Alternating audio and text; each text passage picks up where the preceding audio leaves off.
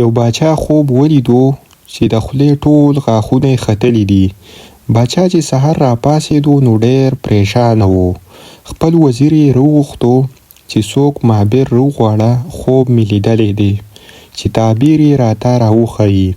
وزیر په معبر پسې کسان ولېږل او لږ ساعت پس یې معبر حاضر کړو. باچا ورته خپل خوب بیان کړو چې ټول غاښونه یې ختلي دي. معبر باچا ته وویل چې باچا سلامت خوب دې ډېر ښه دی.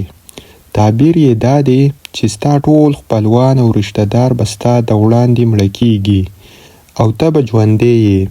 باچا د معبر په دې جواب ډېر غوسه شو او وزیر ته یې حکم وکړو چې دا سړی په زندان کې واچوه.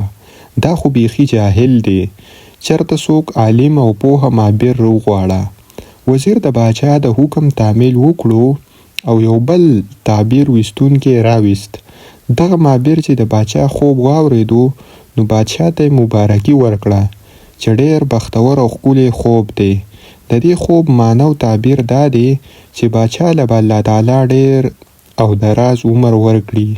دغسې به د باچا سلامت د بادشاهت زمانه ډېر اوږده او پراخه وي. کله چې باچا د دغه معبر تعبیر واورېدو نو بېکچه خوشحاله شو او تعبیر ویستونکي له ډېر انعامات او ډالۍ ورکړې. سره د دې چې د دواړو تعبیر ویستونکو معنی یوه وه، خو وړومبي معبر له د خبرو هنر نه ورتلو ځکه نو باچا په زندان کې واچوو او دویم معبر هم هغه تعبیر بادشاه ته بیان کړو. ولې د خبرو په هنر پوهېدو نو بادشاه د هغه د تعبیر نه خوشحاله شو، هغه یې په انعاماتو ونمانځو.